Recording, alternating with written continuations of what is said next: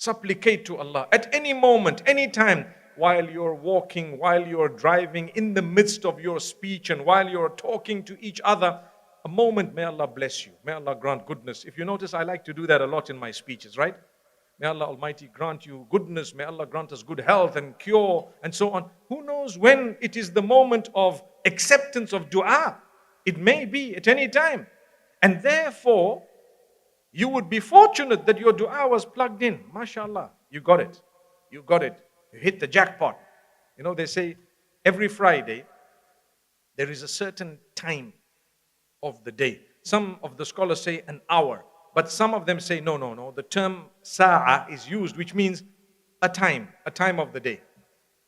There is a certain time of the day where no matter which dua you've made, for as long as there is no sin in the dua meaning, oh Allah, I'm planning a robbery, make it easy for me. That's sinful, okay? That's sinful. Oh Allah, I'm planning to commit this. Well, you're not going to tell Allah, I'm planning to commit this sin, but I want to do this. Help me so I don't get caught. If there is a sin in it, we don't talk about it. It's not there. If there is qati'atu rahim means, listen carefully, the breaking of relations. If you're making a dua to facilitate the breaking of a relation, it's rejected.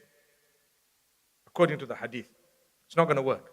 That's why I said, you're cursing your child, it's rejected. It can't happen. Not from you. But if it is deserved, it may. And that's why the hadith says, when a father prays against his own child, it's accepted only if it's deserved. Only if it's deserved. You're really harassing your folks, your parents, really badly. And one day they say something nasty. It could be accepted because you were so nasty. That's why. But here I am telling the parents, don't do that. Because you know what? Could be the moment of acceptance. And inshallah, your child could be turned to the right direction. You know, they say when you pass away, you have absolutely no say in where your wealth is going to go to a certain extent. You cannot say in your will that I've got 5 kids. One of them was really a nasty character, so I don't want that child to get any of my wealth. You can't say that. Why? Allah says, آباؤكم وأبناؤكم لا تدرون أيهم أقرب لكم نفعا. Your parents, your children, you don't know who's going to benefit you more. In every sense of the verse. So, wealth-wise, you don't know who's going to die first. A father says, I want to take all this money and give it to these people so that this guy doesn't get. And the father dies.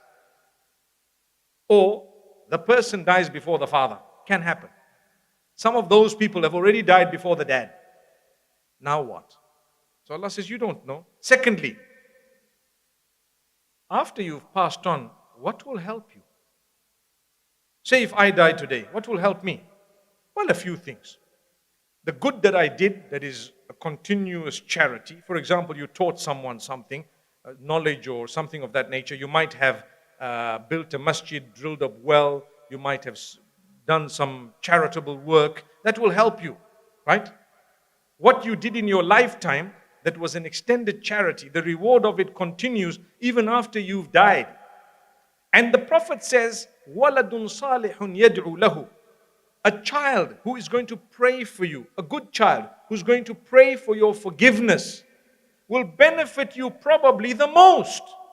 So if you have a deceased parent, what will benefit you the most is probably, or what will benefit them the most is probably if you were to raise your hands and say, oh Allah, forgive my father. Oh Allah, forgive my mother.